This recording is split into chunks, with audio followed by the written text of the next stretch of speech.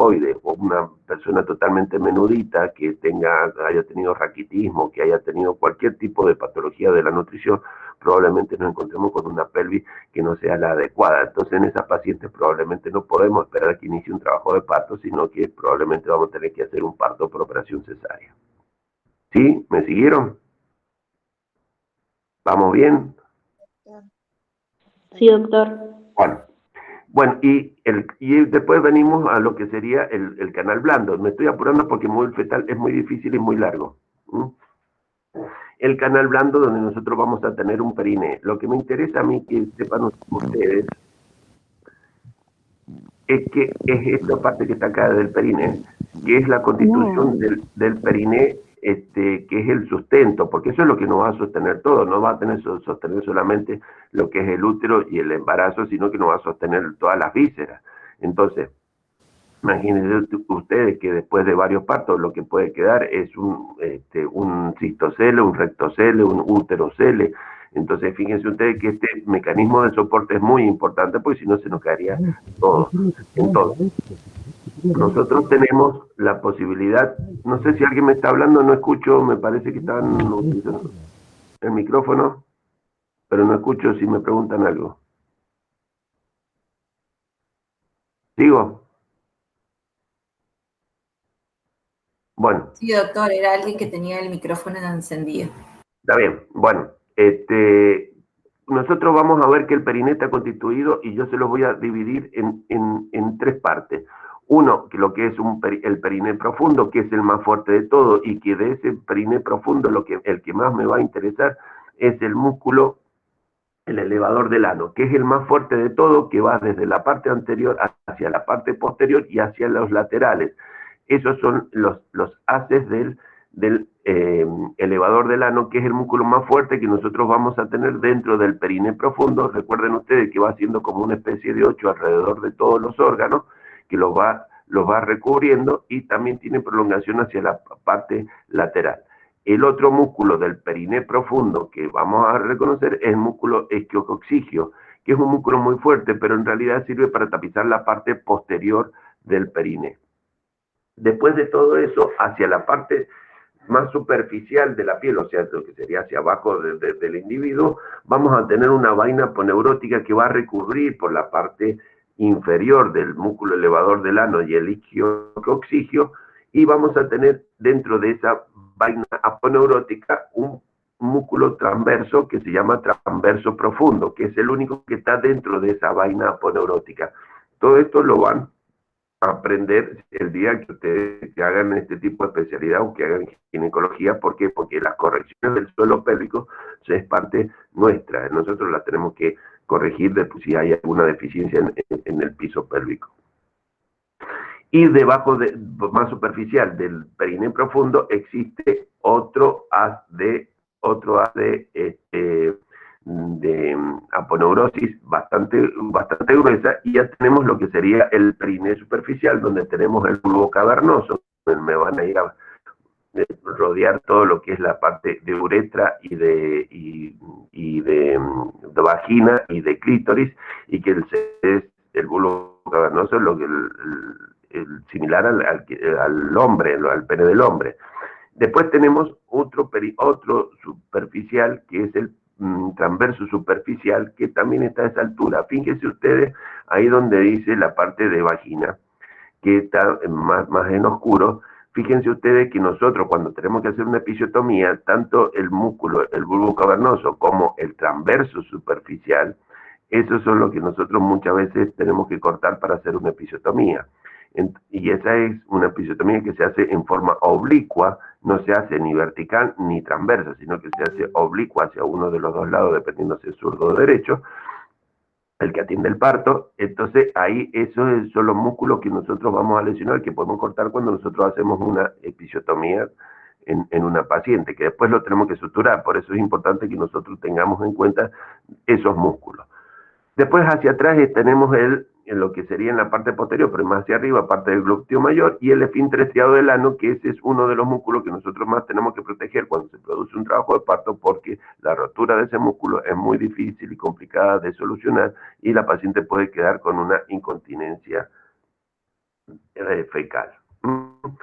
En la parte posterior tenemos dos tipos de ligamentos, el sacrociático mayor y el sacrociático menor, y los músculos accesorios, el isquiococcigio y los fascículos posteriores del glúteo mayor, que es lo que le estaba comentando recién, hacia,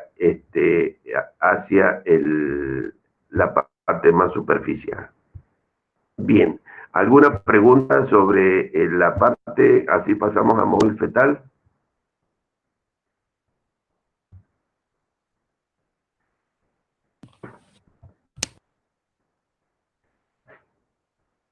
Porque esto es largo, así que si quieren hacer alguna pregunta, la hacemos ahora. Si no, no tengo ningún tipo de problema que ustedes tratemos de arreglar en algún momento, si quieren hacerlo por Meet Zoom, fuera de los horarios, en horarios de la tarde, en algún día. Si ustedes quieren repasar algún tipo de cosa y me quieren preguntar, lo podemos hacer perfectamente, no tengo ningún tipo de problema.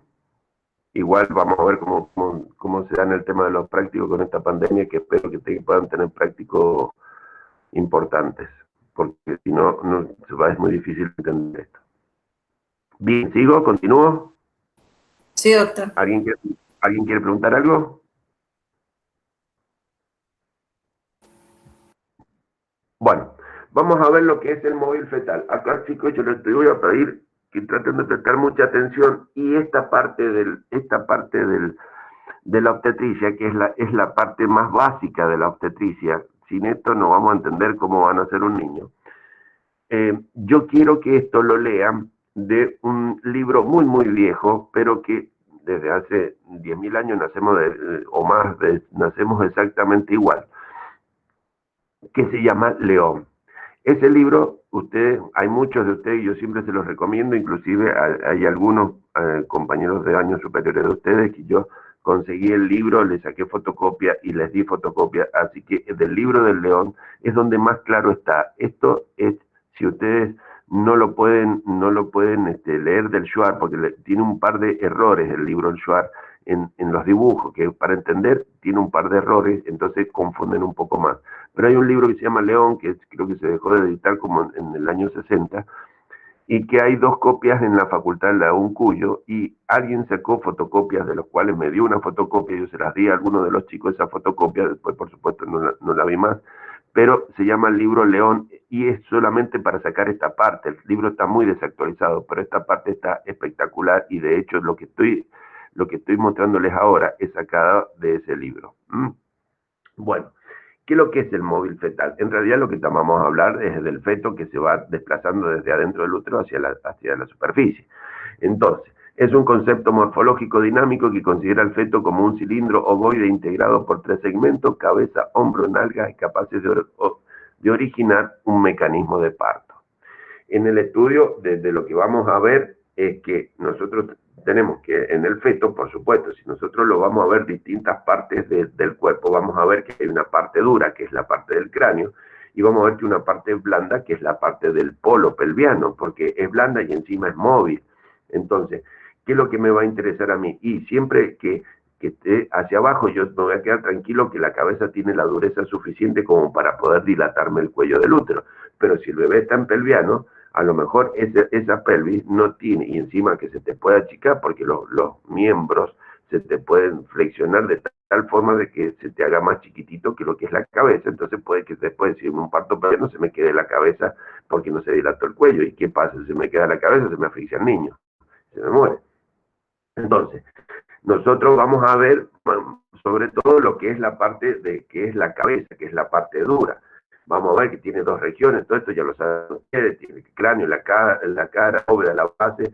La bóveda craneal tiene los huesos frontales. Recuerden que los huesos frontales son dos y que se unen por la sutura metópica, que después desaparece. Hay dos parietales, los dos temporales y un occipital. La pieza esta no está muy osificada y tiene generalmente entre medio de ellas unos espacios que se llaman fontanelas, que ustedes la habrán conocido en la jerga común como molleras. Estas fontanelas tienen distintas estructuras, de hecho hay varias fontanelas, pero las que me van a interesar van a ser básicamente dos, que ya se las voy a mostrar. Entonces, las suturas son las que están entre hueso y hueso, y las fontanelas son los espacios que me van a dejar entre ese hueso y hueso, que hay dos tipos de fontanelas, que es la que me interesa, es la mayor, que se llama romboide, que es la fontanela bregmática. Recuerden ese nombre porque esa es una de las fontanelas importantes para después hacer el diagnóstico. La bregmática es romboidea. Y después hay otra menor que es lambda, que está hacia la parte de atrás, en la que va a articular entre el occipital y los dos parietales. Esas son las dos más importantes porque a mí después, cuando yo voy a hacer un examen genital y realizo el tacto, yo voy a tocar la cabeza del niño y dependiendo de lo que esté tocando, qué fontanela estoy tocando, es lo que me va a decir cómo viene naciendo el niño. Y ya vamos a verlo dentro de un ratito nomás eso. Bueno, la base del cráneo, ya saben ustedes que está el etmoide, el efenoide, la porción petrosa, la parte del occipital, la cara, mucho a nosotros no nos va a interesar porque esa es una parte que es un poquito más móvil y no tiene mayores diámetros para complicarme. Recuerden ustedes que los diámetros que me van a interesar son de la cabeza, de la parte más de la bóveda. Bueno, entonces, si nosotros vamos a medir la cabeza del feto, habitualmente casi todos los fetos son de la misma característica, a no ser de que sea muy prematuro, lo cual va a tener menor diámetro, o que sea un macrosómico, que probablemente tenga mayor diámetro. Estos son diámetros anteroposteriores dentro de la bóveda craneal, y tenemos un diámetro desde la frente, desde la glabela, que es la unión que está por arriba de los ojos, más o menos calculenle que está a la altura de donde se unirían las cejas. Esa es la glabela, es el punto más saliente de lo que sería la porción del frontal, y que va hacia la parte de atrás, hacia el occipital, y eso tenemos, sí, es un diámetro que nosotros vamos a llamar fronto-occipital. El otro que vamos a tener es la distancia. Doctor, ¿lo podría volver a repetir, por favor? Ya te voy a mostrar un dibujito para que lo veas, hija. Bueno, ahí gracias. tenemos la parte transversal, que en la parte transversal el diámetro que más nos va a dar mayor diámetro es el diámetro biparietal. Fíjense que va desde un parietal hacia el otro parietal. Fíjense que yo le estaba hablando de un anteroposterior. El anteroposterior ahí no está marcado, ya en la próxima diapositiva va a aparecer. Pero fíjense que allá arriba tenemos una fontanela posterior que está en contacto con el occipital. La parte superior es la nuca del bebé. Y la parte anterior es la parte frontal. Ahí tiene la fontanela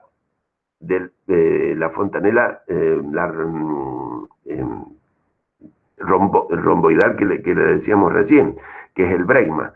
Esa fontanela está, calculen ustedes que está del frontal más o menos unos 3 centímetros hacia atrás del frontal.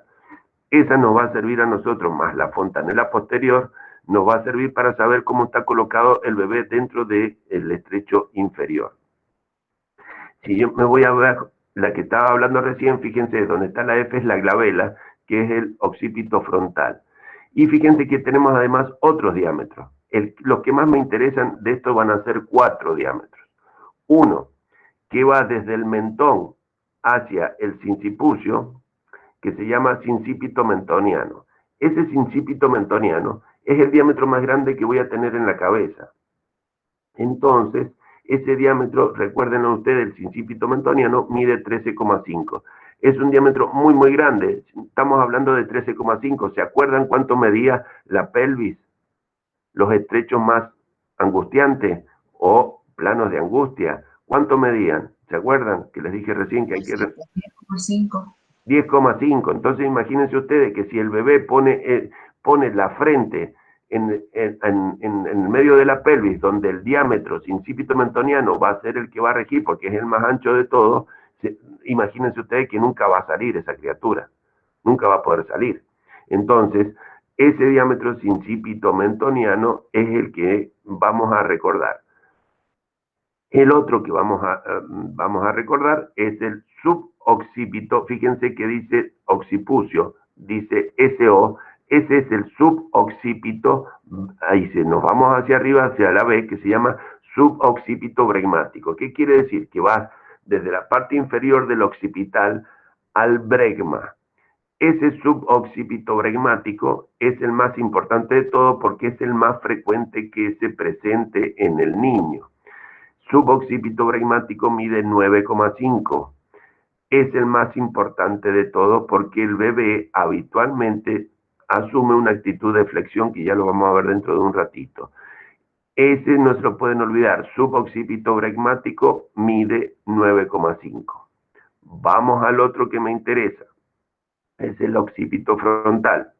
El occipito frontal, eso está sacado de un libro. El occipito frontal no mide 12,5, sino que mide 10,5. Ese es el otro que vamos a recordar, el occipito frontal que mide 10,5. Fíjense ustedes que el diámetro estaba de 10,5 en la pelvis menor, 10,5, o sea, entra justo, entra como un tapón de frasco, o sea que probablemente no se puede hacer tampoco.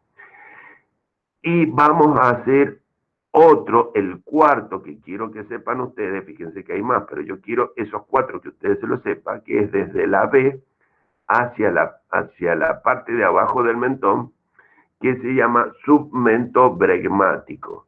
Y el submento bregmático va a medir 9,5, exactamente igual que el suboccipito bregmático. Entonces, esos cuatro diámetros yo quiero que lo sepan. Entonces, vuelvo a repetir, el suboccipito bregmático es el más frecuente de todo, mide 9,5. Después sigue el occipito frontal, que mide 10,5, que va desde el occipital al frontal, y después tenemos el sincipito mentoniano, que va a medir 13,5, es un diámetro muy, muy grande, ya lo vamos descartando de lleno, y después tenemos otro diámetro que se llama submento bregmático, que va desde la parte del submentón al bregma, y que mide 9,5. Con esto nosotros ya tenemos medido lo que es la cabeza fetal, y recuerden el anterior, el diámetro biparietal, que mide 9,5. El resto de las medidas no me interesa que ustedes lo sepan, no me interesa por lo siguiente, porque esto dentro de 15 minutos se les olvida la cifra, si no hacen la especialidad. Y otra cosa, ¿por qué quiero que se acuerden esto? Porque depende de esto, es la forma con que se puede llegar a realizar el parto. Y nosotros con un tacto tenemos que darnos cuenta de cómo viene ese niño dentro del estrecho inferior, porque puede ser el caso de que no pueda hacerse un parto. Y no solamente porque no esté el diámetro, sino porque esté inclinado o porque esté rotado, no se va a poder hacer el parto normal y podemos tener un sufrimiento fetal con la muerte fetal. ¿Entendimos? Bueno, salimos de la cabeza, vamos hacia los hombros, es el diámetro que vamos a tener, es el diámetro biacromial, que mide 12 centímetros. Y ustedes me van a decir, pero ¿cómo? Nosotros estamos pensando en la cabeza, que es la más voluminosa de todas, y ahora vemos que el hombro mide 12 centímetros, sí, pero el hombro tiene la posibilidad de apelotonarse y llega a 9,5. Y el diámetro del otro que nos interesa a nosotros es el diámetro vitrocanterio. Y ese diámetro vitrocanterio, que va desde los dos trocánteres del feto, que es la otra parte más gruesa que vamos a tener, va a medir 9,5 centímetros. Entonces tenemos, fíjense ustedes que los diámetros, que inclusive los hombros, que pueden ser de 12 centímetros, pero se lo apelotonan y llega a 9,5, ustedes pueden pensar fácilmente, decir, bueno, pero si es un bebé gordo que pase la cabeza, ¿los hombros se me pueden quedar? Sí, señor, se puede quedar los hombros y se puede morir el niño. Y pues, ¿saben cuál es el problema? Que ustedes no lo pueden sacar ni para adentro ni para atrás. Entonces eso se llama distosia de hombros, que en un próximo teórico se los voy a dar yo. Y ustedes me pueden decir, claro, bueno, salió el niño, la cabeza pudo salir, los hombros no se apelotonaron, son muy grandes los hombros, y ese niño se puede atorar, y se puede atorar, y es desgraciado que se atore porque se quedan con el niño a la mitad de salir, y realmente es algo muy triste, porque se les muere el niño. Entonces esas son las medidas que vamos a ver nosotros. Recuerden que el biacromial se va a apelotonar y llega a 9,5. Ya sabiendo las medidas fetales, nosotros lo vamos a colocar dentro del útero y lo vamos a ir evaluando dentro del útero cómo está puesto. Eso es lo que hacemos nosotros cuando en cada consulta llega la madre, tocamos la panza y nos fijamos dónde está, cómo está, uno, para saber dónde vamos a ocultar, dos, para saber cómo va creciendo, tres, para saber cómo está puesto dentro de ese universo del feto que es el útero. Y nos va a servir nosotros saber cómo está puesto. Y sí, porque en el momento del parto, imagínense ustedes que vamos a hacerlo en forma grosera. Imagínense ustedes de que tenemos a la mamá acostada, tenemos la panza para arriba, nosotros la vamos a examinar y hacemos lo que se denomina las maniobras de Leopold, que esas ya las van a ver en los prácticos, que es simplemente para saber dónde ha puesto la espalda, cómo está, si está de cabeza, si está... Fíjense ustedes de que es lo mismo que esté con la espalda hacia la izquierda, que esté con la espalda hacia la derecha. Y no es lo mismo porque el diámetro oblicuo izquierdo es un poco más grande. Es lo mismo que la columna del bebé esté en contacto con la columna de la mamá. Quiere decir que esté todo el bebé hacia arriba. Y no va a ser lo mismo. ¿Por qué? Porque nosotros tenemos una pelvis materna que tiene una curva, que es la que se la mencionaba recién, que es la curva de Caros. Entonces, probablemente si está así, el bebé no va a poder avanzar en su trabajo de parto. Y se dan cuenta que acá la vamos complicando. Y acá se van dando cuenta de que un nacimiento no es algo que sale en una película y que se atendió. Un nacimiento puede ser muy complicado. Y el problema es que la complicación es tan rápida que si yo no estoy atento, se me muere alguno de los dos. Entonces, yo tengo que estar permanentes haciendo un ejercicio de qué es lo que va a seguir en el caso de que me haga determinada cosa del parto. Entonces yo sé qué es lo que voy a hacer en el caso de que se me presente tal situación.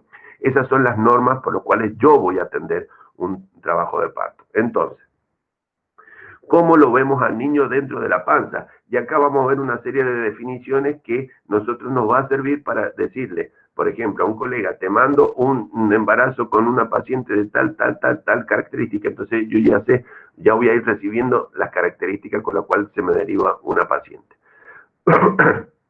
Bueno, la acomodación del feto en el útero ha dado lugar a una ley que es la ley de Payot, que dice, cuando un cuerpo sólido de superficie lisa y resbaladiza, que es el feto recubierto con el unto sebáceo, acuérdense que está en un contenido líquido, que es el líquido amniótico, está contenido en otro de paredes deslizantes y poco angulosas, como el útero, que está animado de movimientos alternativos y de contracción, de relajación, y el contenido tiende a adaptarse a su forma y a las dimensiones del continente. ¿Qué quiere decir todo esto? Si nosotros vamos viendo por una ecografía un bebé, vamos a ver que el bebé va a tener, al principio va a estar en cualquier forma, atravesado, longitudinal, con la cabeza para arriba, con la cabeza para abajo. Pero más o menos cuando ya va tomando volumen el polo inferior, generalmente del bebé va a tratar de ubicar la parte, acuérdense que el útero es como una pera, la parte de arriba es mucho más grande, entonces cuando busca el polo inferior va superando lo que es la cabeza, eso va a tratar de ir para arriba para dejar la cabeza en la parte de abajo. Dicho de otra forma, la cabeza al principio es mucho más grande, entonces ¿dónde va a ocupar? El fondo del útero, y la parte del polo pelviano fetal va a ocupar la parte más inferior del útero, que es donde está el cuello. Cuando va creciendo, el bebé se va a dar vuelta porque responde a la ley de Payot, va a tratar de acomodarse. Y esa es la acomodación que va a tener el bebé, que generalmente esa se produce alrededor de las 28 semanas, hace lo que se denomina la voltereta. Está en la parte inferior muy incómodo porque sus piernas no tienen buena movilidad, porque es más finito el útero, entonces se da vuelta y se pone con las patitas para arriba y la cabeza hacia abajo, porque la cabeza no tiene movilidad, entonces él puede mover perfectamente las manitos y las patitas. ¿Por qué? Porque sale de su confinamiento, de su lugar más estrecho. Eso es lo que se denomina la ley de Payot. Pero nosotros vemos que una serie de definiciones que les dije, que es la actitud fetal. ¿Y qué es la actitud fetal? Es la relación que guardan los distintos segmentos entre sí, que puede ser una actitud de flexión, que quiere decir que los piecitos los cruza como indio, los bracitos los cruza delante de su cuerpo y su cabeza, su mentón, va a tocar su esternón. ¿Qué quiere decir? Que se flexiona, actitud de flexión.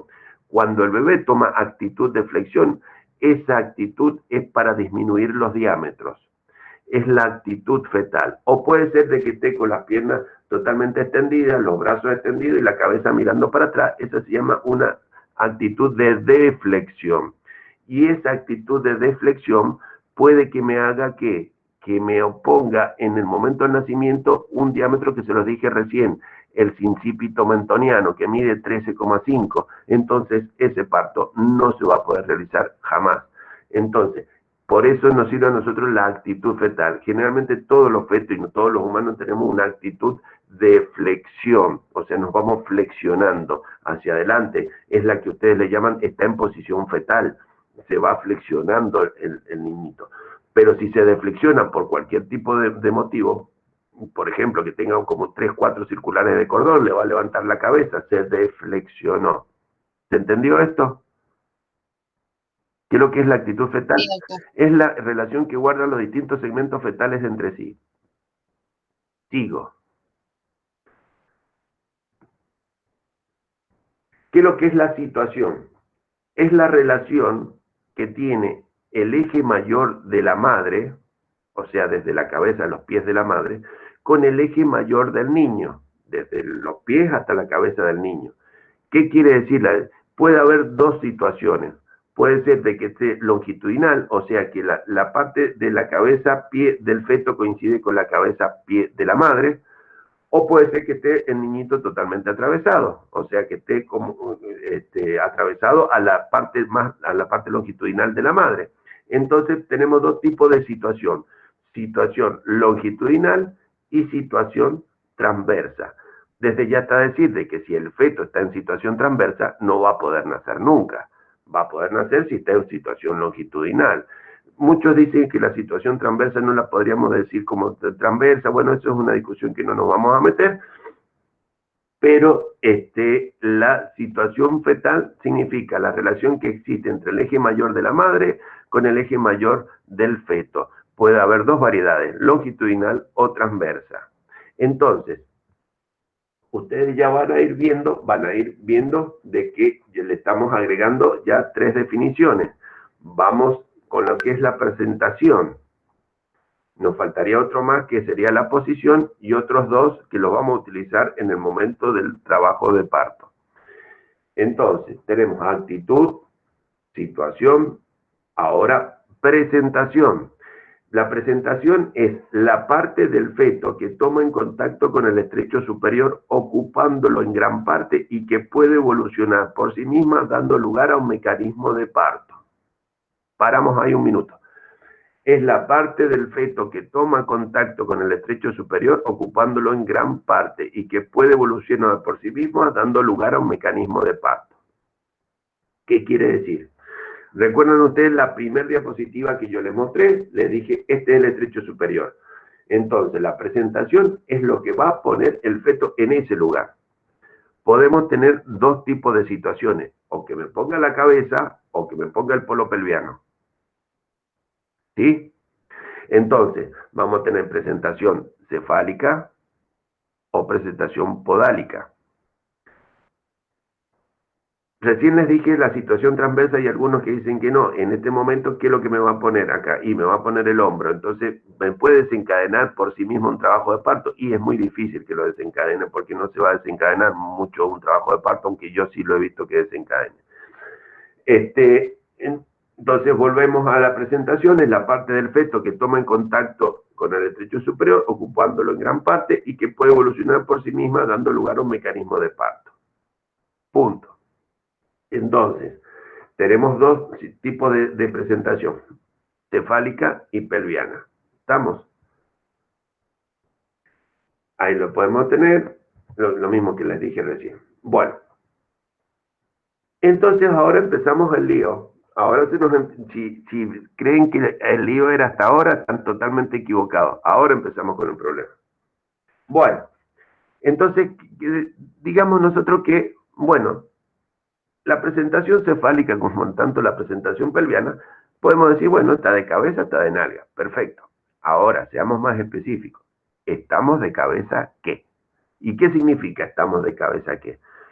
Porque si ustedes se acuerdan, que recién les dije, acuérdense de estos 4 diámetros de la cabeza, y que más o menos dijimos algo del sincípito mentoniano, ahora la cabeza del bebé yo tengo que ver cómo está. Y vamos a ir aplicando todo lo que vimos, lo vamos a aplicar ahora. Todo lo que vimos desde la primera diapositiva hasta ahora, lo vamos a ir aplicando a esto que se llaman las modalidades de presentación. Yo tengo que la cabeza, dependiendo de la actitud, si tengo una deflexión, va a ser distinto de que si yo lo tengo flexionado. Dijimos recién que es probable que el niño esté más bien flexionado porque generalmente nuestro sistema nervioso hace que más nos tiremos a la flexión que a la deflexión. Nosotros vamos a tener que si el bebé está flexionado, me va a dar una modalidad que se denomina de vértice. Es la más frecuente de todas, más del 90% de todas las presentaciones es de vértice, y ya lo vamos a ver cómo puede llegar a variar esto. Entonces, si está flexionado, lo vamos a llamar que es modalidad de vértice. ¿Qué diámetro va a ser el diámetro rector del trabajo de parto acá? ¿Se acuerdan ustedes del suboccipito bregmático? El suboccipito bregmático mide 9,5.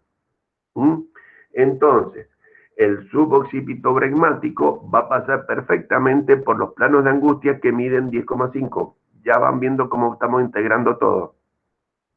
Entonces, nosotros tenemos que la modalidad cefálica de vértice es la más frecuente de todo, que es la variedad, digamos, la de occipito, que ya la vamos a ver en un ratito, y que no solamente tengo que ver que ese niño esté flexionado, sino que esté flexionado y hacia dónde está flexionado, si su espaldita está hacia la derecha, si su espaldita está anterior, si su espaldita si su espaldita está en contacto con la parte de la columna materna. Entonces todo eso lo vamos a ver después con uno que se llama variedad de posición. Bueno, las variantes de la presentación tenemos 4.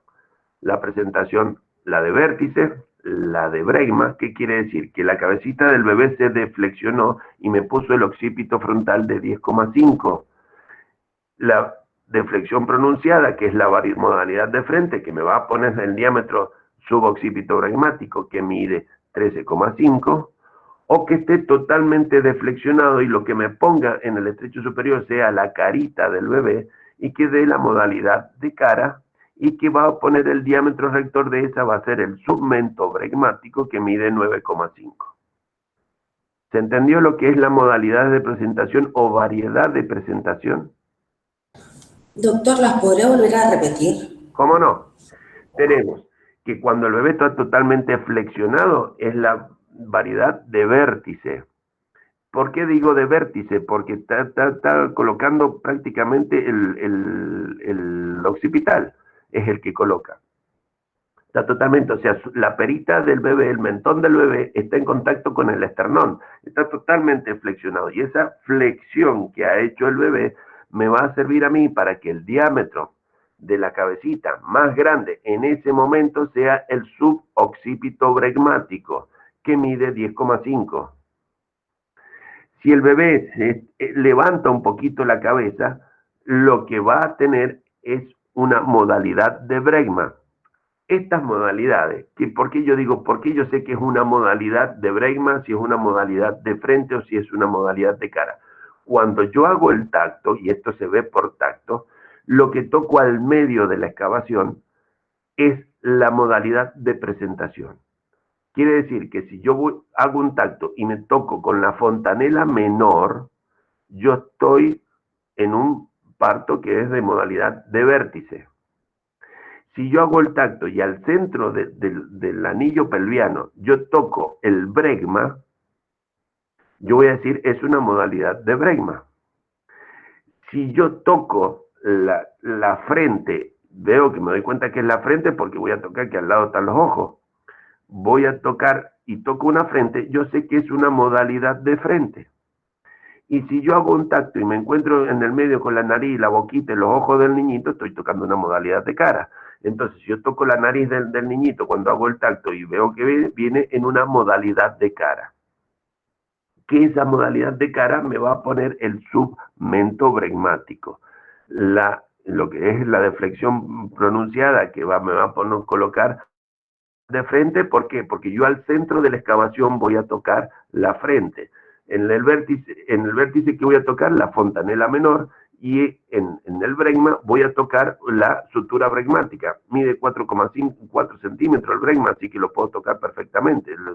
Una vez que lo toque, y es una cuestión de costumbre, lo tocáis y te das cuenta de cómo está.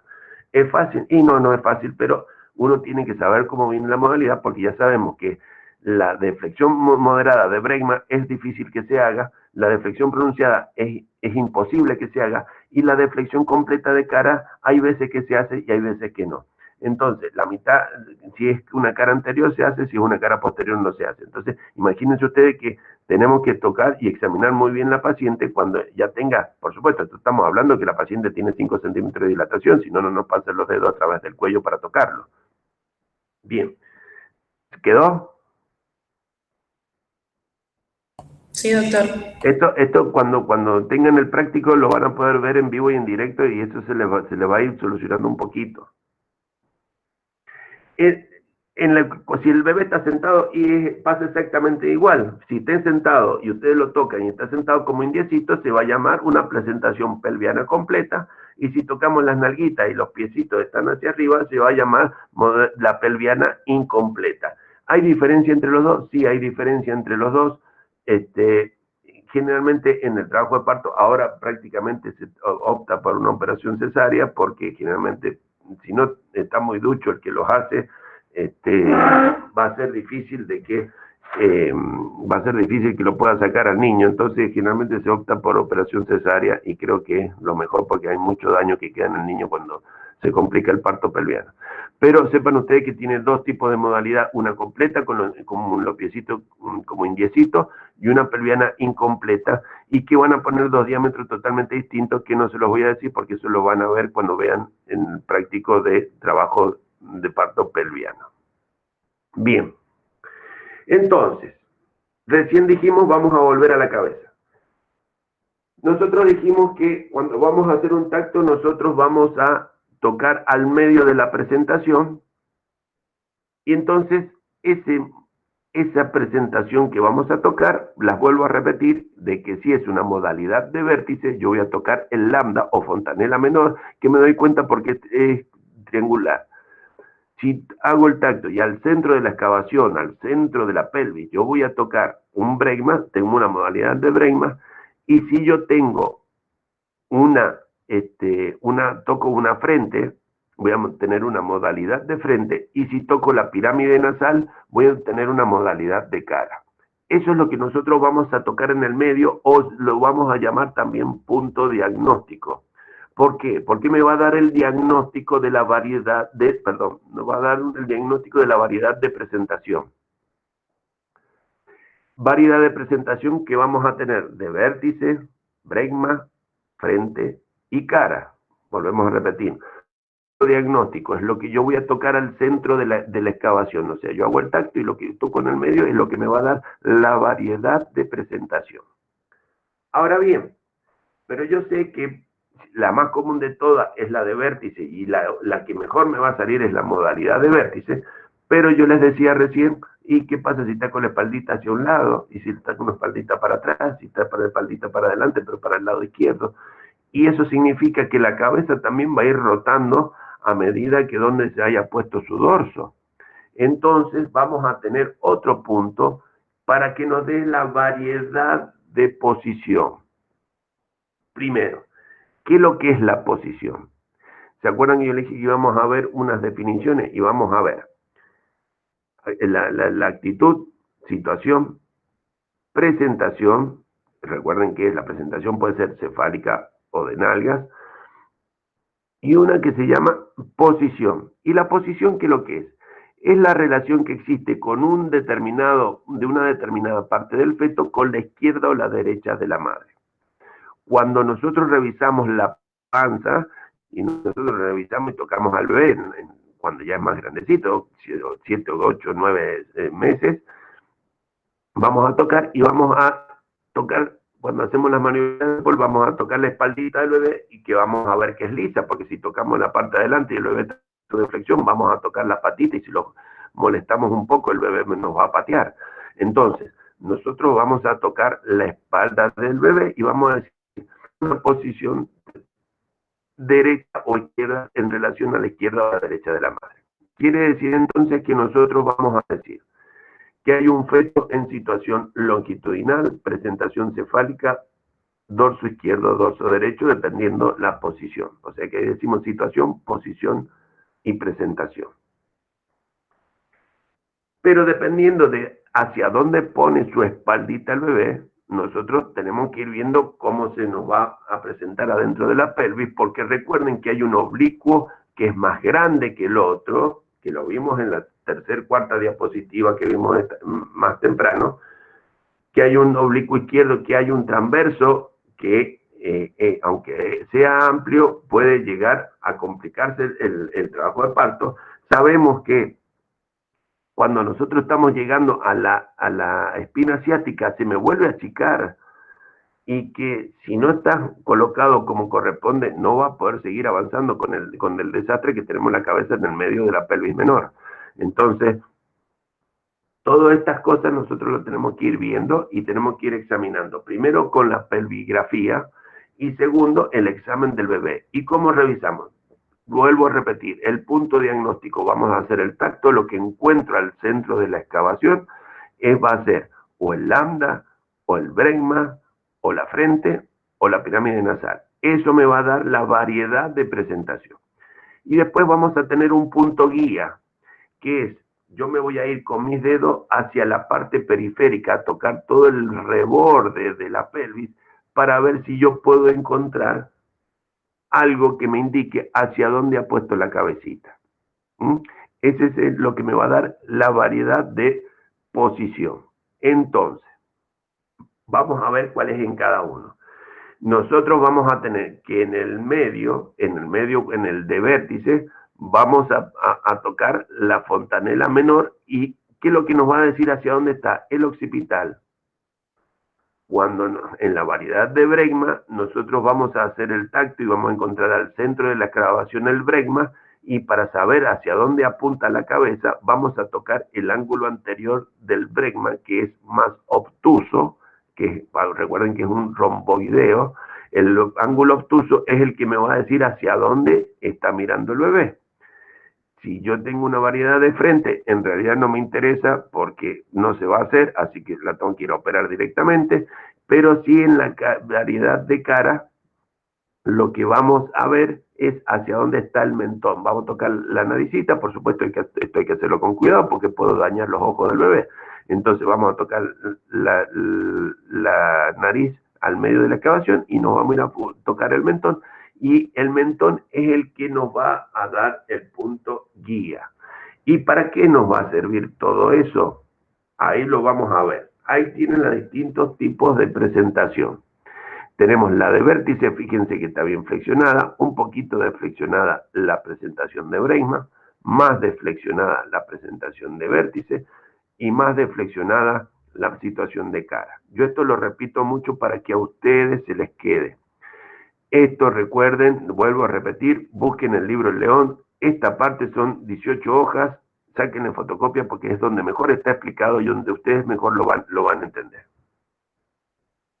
Volvemos a la posición, porque ahora vamos a entrar a la parte más complicada de todas. Es la relación que guarda un punto guía con el lado izquierdo o derecho de la pelvis materna, puede ser izquierda o derecha. La variedad de posición es la relación que guarda el punto guía, recuerden que es el que está en la periferia de la pelvis, con las extremidades de los principales diámetros maternos. Y ustedes están diciendo que está hablando este hombre.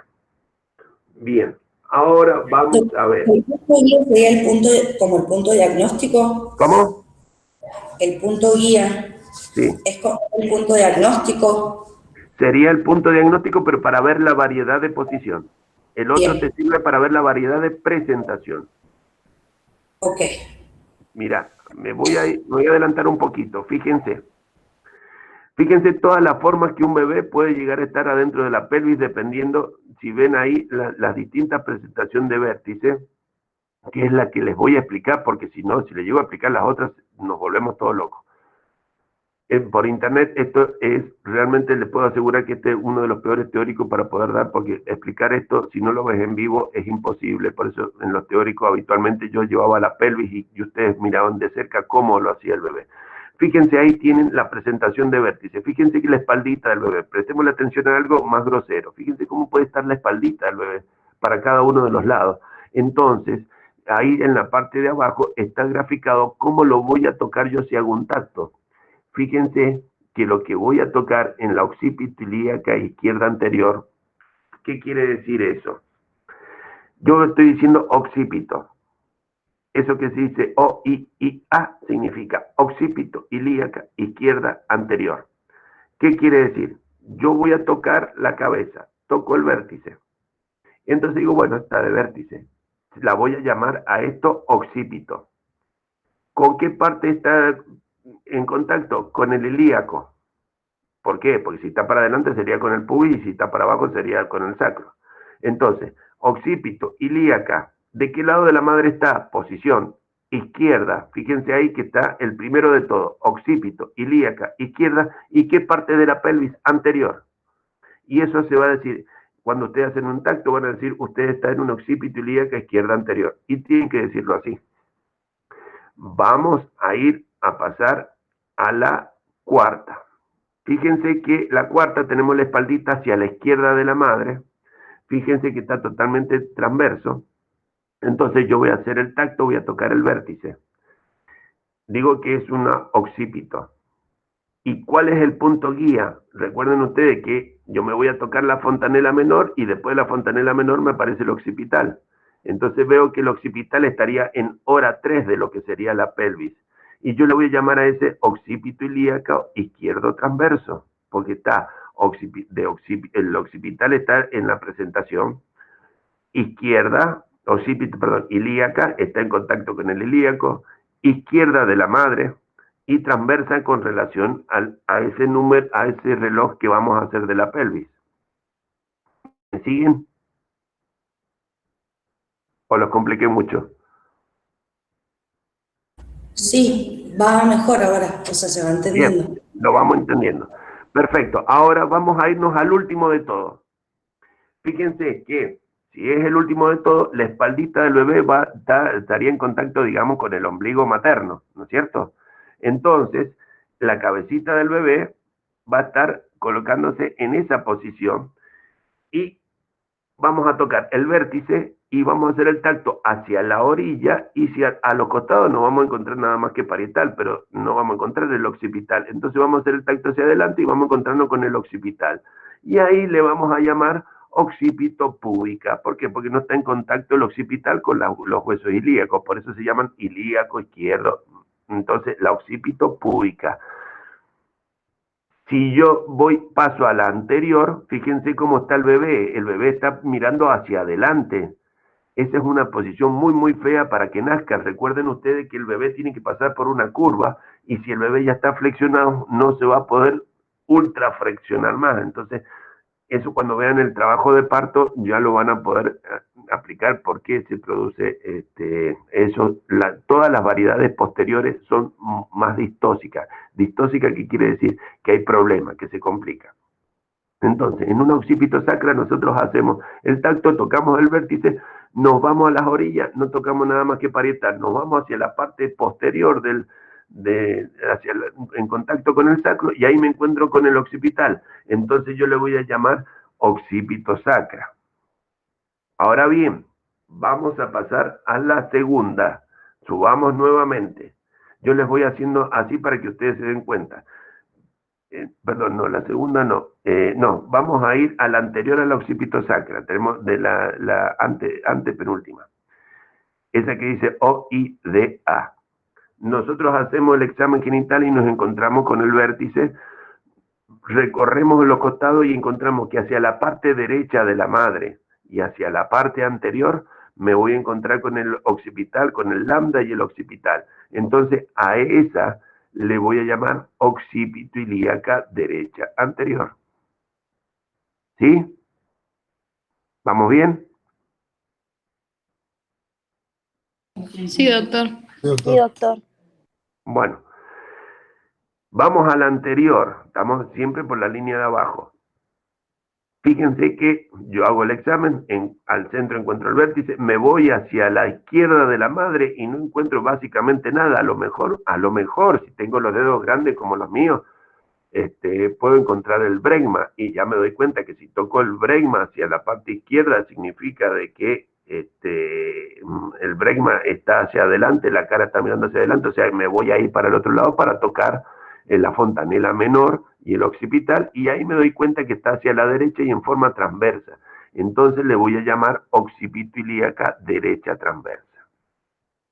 Bien, vamos a las de arriba. Ya explicamos la occipito ilíaca izquierda anterior y la occipito ilíaca izquierda transversa. Ahora vamos a ir a las variedades posteriores. Ya les dije de la sacra, que está abajo, pero fíjense ustedes en la segunda. Y la segunda dice occipito ilíaca derecha posterior. ¿Qué quiere decir? Fíjense cómo está puesta la espaldita del bebé. Estaría la espaldita, como para que ustedes se representen, en contacto con el riñón derecho de la madre. Entonces, cuando baja el bebé, cuando va bajando el bebé, y nosotros vamos a tocar, y está la dilatación suficiente como para que nosotros toquemos la cabecita, vamos a encontrar que el occipucio, el occipital, está al centro de la excavación, o sea, es una variedad de vértices. Vamos a tocar a los costados y muchos nos vamos a tocar. Si tocamos hacia la parte posterior, y vamos a encontrar que en la parte posterior derecha de la madre, vamos a encontrar el lambda con el occipital. Y a esa le vamos a llamar occipito ilíaca derecha posterior. Si está hacia la parte transversa, le vamos a llamar occipito ilíaca derecha transversa. Y si está hacia el lado izquierdo, que es la tercera, le vamos a llamar occipito ilíaca izquierda posterior. Ahora bien, ¿cuál de todas estas es la más frecuente?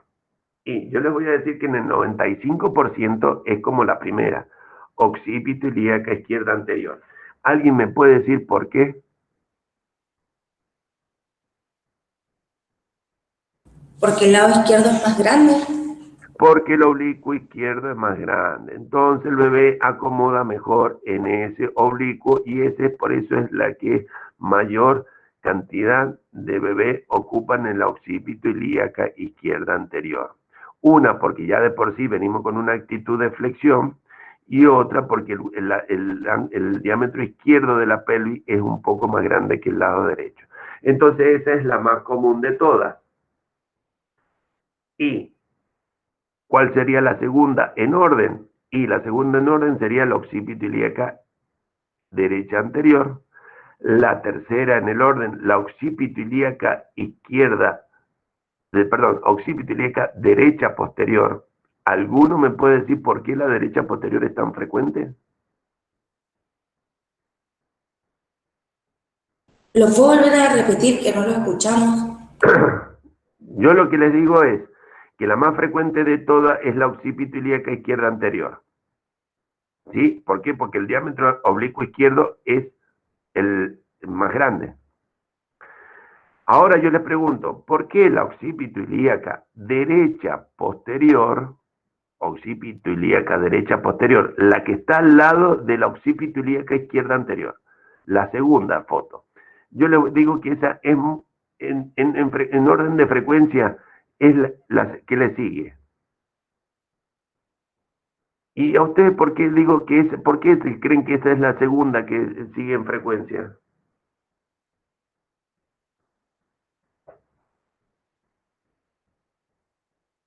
¿Se dan cuenta? Mírenlo el dibujo, ¿se dan cuenta?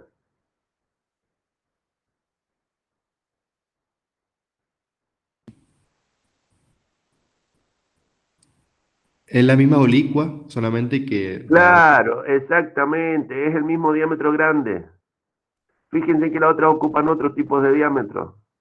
Va desde el transverso, va hasta el anteroposterior, van a cualquiera. Entonces, las más frecuentes son esas dos, las dos primeras, son las más frecuentes de todas. ¿Por qué? Porque el diámetro es exactamente el mismo. Fíjense que las otras siguen otros diámetros. Entonces, repasando un poquito, nosotros tenemos la presentación. La presentación es lo que es la parte del feto que va a ocupar el estrecho superior, capaz de desencadenarme un trabajo de parto. Perfecto. Puede ser la presentación, puede ser cefálica o de nalgas. Posición es la relación de un determinado elemento del feto con respecto a la izquierda o a la derecha de la madre. Entonces, ¿cómo vamos a decir? Posición, cuando revisamos a la madre por la panza, vamos a decir feto longitudinal, situación, longitudinal, cefálico, presentación, dorso derecho o dorso izquierdo. Ahora bien, la paciente ya está en trabajo de parto. ¿Dónde vamos a hacer el examen? Por vía vaginal. Y vamos a ver ahí ya no presentación ni posición, sino que ya vamos a ver variedad de presentación y variedad de posición. Las variedades de presentación, dependiendo la actitud que tenga, puede ser una actitud de flexión o de deflexión. A medida que se deflexionan, van cambiando las variedades, que es lo que me va a poner al centro de la excavación. Entonces, tenemos nosotros que variedad de presentación podemos tener cefálica, de vértice, bregma, frente, cara. Con respecto a la variedad de posición, son las variedades que ustedes están viendo ahí en ese momento. Quiere decir que tenemos, dependiendo del reloj, podemos hacer que esté púbica, occipito ilíaca izquierda anterior, occipito ilíaca izquierda transversa, occipito ilíaca izquierda posterior, occipito sacra, occipito ilíaca derecha posterior, occipito ilíaca derecha transversa, occipito ilíaca derecha anterior. Bien, ¿quedó? ¿Estamos bien? Sí. Sí. Bien. Sí, doctor. Se lo complico un poquitito, pero es para que ustedes sepan. Si se deflexionó un poquito, ya no vamos a decir es un occipito ilíaco anterior, sino que vamos a decir es una bregmo ilíaco izquierdo anterior. Si está en el ángulo anterior del bregma está apuntando hacia atrás, hacia la derecha de la paciente, vamos a decir bregmo ilíaco derecho posterior. ¿Estamos? Si en la variedad de frente, básicamente no me interesa que sepan nada, pero se llama fronto, igual se tiene que operar, así que esa variedad no quiero ni que la lean. Pero si tenemos una cara, la vamos a llamar mento, en vez de occipito. Mento, ya vamos a decir, bueno, es una variedad de presentación, la mento. Fíjense que la primera letra dice la variedad de presentación. La segunda letra le va a decir si está en contacto con el ilíaco. La tercera le va a dar la posición. Y la cuarta le va a dar la variedad de posición. Entonces, si nosotros tenemos una cara que esté totalmente deflexionado el feto, vamos a decir mento ilíaco izquierdo anterior, mento ilíaca derecha posterior, mento ilíaca. Voy siguiendo en orden de lo que estoy leyendo ahí en la diapositiva. Mento ilíaca izquierda posterior, mento ilíaca izquierda transversa, mento ilíaca derecha transversa, mento ilíaca derecha anterior, mento sacra, mento púbica. Si es el bregma, exactamente igual. Si es el occipital, que es la más frecuente de todos, vamos a llamar occipito ilíaca izquierda anterior, occipito ilíaca derecha posterior, occipito ilíaca izquierda posterior, y así sucesivamente. Y con eso nosotros vamos a haber visto ya todas estas definiciones. Actitud, situación, presentación, posición, variedad de presentación y variedad de posición. Con esto nosotros vamos a ir viendo que, fíjense ustedes, ya me estoy quedando sin voz, en ese dibujo les grafica dentro de la panza materna para que ustedes se ubiquen en qué es lo que estamos viendo cada uno de todos. Fíjense, ese feto está totalmente en una actitud de flexión, totalmente flexionadito, con el dorso hacia la izquierda de la madre, ¿no? A la derecha de nosotros, que nosotros estamos en espejo, y esas son las modalidades de presentación más frecuentes que nosotros vamos a tener en la variedad. Recuerden que es la variedad de posición más frecuente es la occipito ilíaca izquierda anterior. No los voy a torturar más. ¿Quieren hacer alguna pregunta? Doctor, le hago una consulta. Se Dale. dice que es izquierdo cuando la espalda, o sea, se toma como punto la espalda del bebé, cuando la espalda está del lado izquierdo de la madre. No te escuché la primera parte, se te cortó. Que se dice que es izquierdo cuando la espalda del bebé está del lado izquierdo. Exactamente, pero cuando vos estás revisando la panza con tus manos y el paciente no está en trabajo de parto. ¿Estamos? Bien, Una cosa es perfecto. cuando ya está en trabajo de parto, vos tenés que hacer el tacto. ¿Se acuerdan que yo le dije al principio, no se hace tacto permanentemente, se hace tacto cuando Claro, está con contracciones?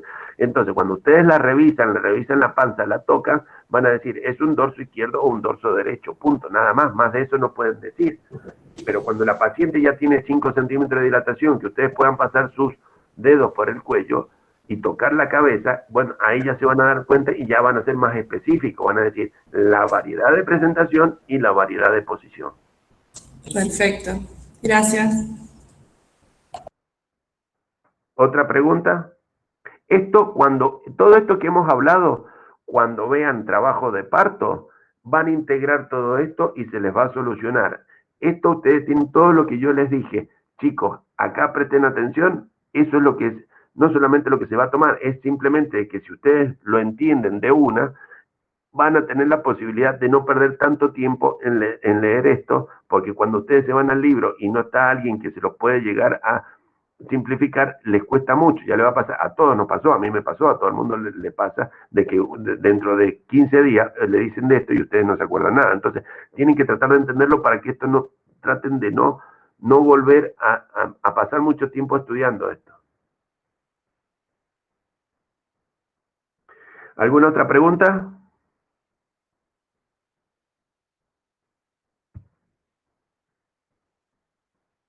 No, doctor, por mí no, muchas gracias. Bueno, cualquier cosa, bueno, estamos abiertos, ya nos vamos a ver en otros teóricos, me han tocado los más difíciles de todos, el otro que viene, que me toca a mí, es la parte de distosia, que son teóricos bastante complicados, pero bueno, ya lo vamos a ir logrando y espero que tengan un buen inicio de la carrera y esperemos que no se vaya a cortar por la pandemia. Así que chicos, muchas gracias y bueno, nos estaremos viendo. Doctor, una consulta. Pregunte. ¿Cuándo comienzan los prácticos? Mira, eso gran pregunta. No tengo idea. Eso habrá que preguntar en la facultad. Ayer pregunté y resulta que me dijeron, no sé. Ah, perfecto. O sea que la semana que viene no creería que empiezan, ¿no? Y yo creería que no. Lo que pasa, ¿saben cuál es el problema? Es que no pueden entrar tanta gente a los hospitales. Estamos con ese problema de que pueden entrar de a muy poca gente a los hospitales por una cuestión de contagio. Sepan ustedes que estamos aumentando la cantidad de enfermos de coronavirus, están aumentando, estamos complicados. Así que